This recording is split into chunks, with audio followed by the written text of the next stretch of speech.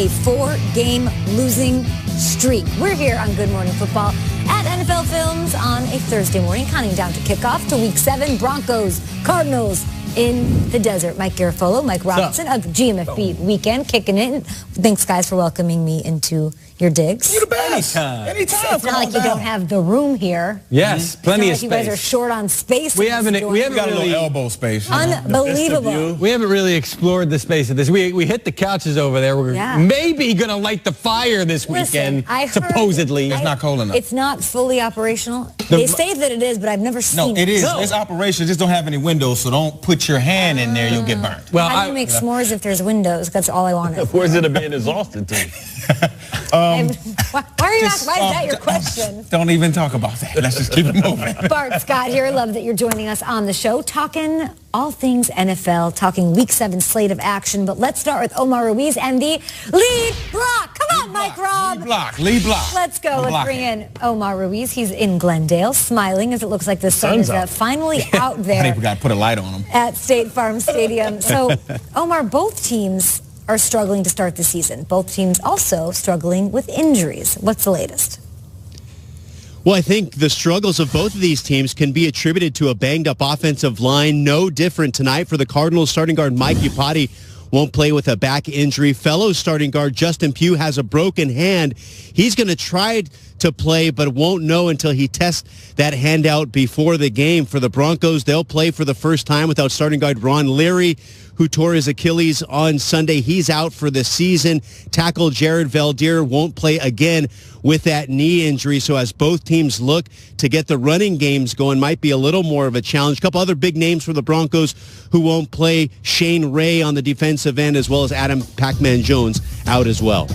So much, Omar. We were talking a little bit earlier about obviously bounce backs are huge for these teams. There's a lot of veterans that are probably frustrated with how the seasons have started. You've got Larry Fitzgerald, who's looking for his first touchdown of the season, possibly tonight. Then you have Von Miller expressing his frustration. But I feel like there's a little bit more at stake even today. What about the coaching staffs in this game? Because we're hearing a lot of, stuff on Twitter and just everywhere about some hot seat action.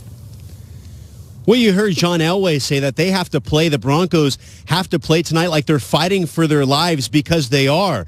And Vance Joseph took that to mean they're fighting for their job, something that they're trying to do every single week. So they understand what's at stake for the Broncos. For the Cardinals, meanwhile, offensive coordinator Mike McCoy's job has been called into question. When Steve Wilks was asked if Mike McCoy's job is in jeopardy, he said they're all jobs are in jeopardy if they don't start winning. Now, both quarterbacks downplaying the significance of that storyline and how it'll impact the game on the field. Case Keenum saying they're playing with urgency every single week, trying to get this Broncos season turned around after that 2-0 start. They've lost 4 in a row. Meanwhile, rookie quarterback Josh Rosen saying for the Cardinals that they just have to focus on getting better every week. They feel that they have, but he can't afford to put saving coaches' jobs into his psyche as they head into this game tonight. Omar Ruiz, last and final question for you today. Were you really on TRL?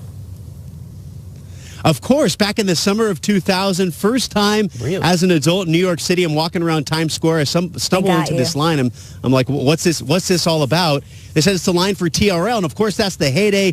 The TRL beach house that year was out in San Diego where I was living, but I happened to be in New York. Got invited up to the studio, and I introduced Papa Roach's Last Resort. Stop I think it was number 7.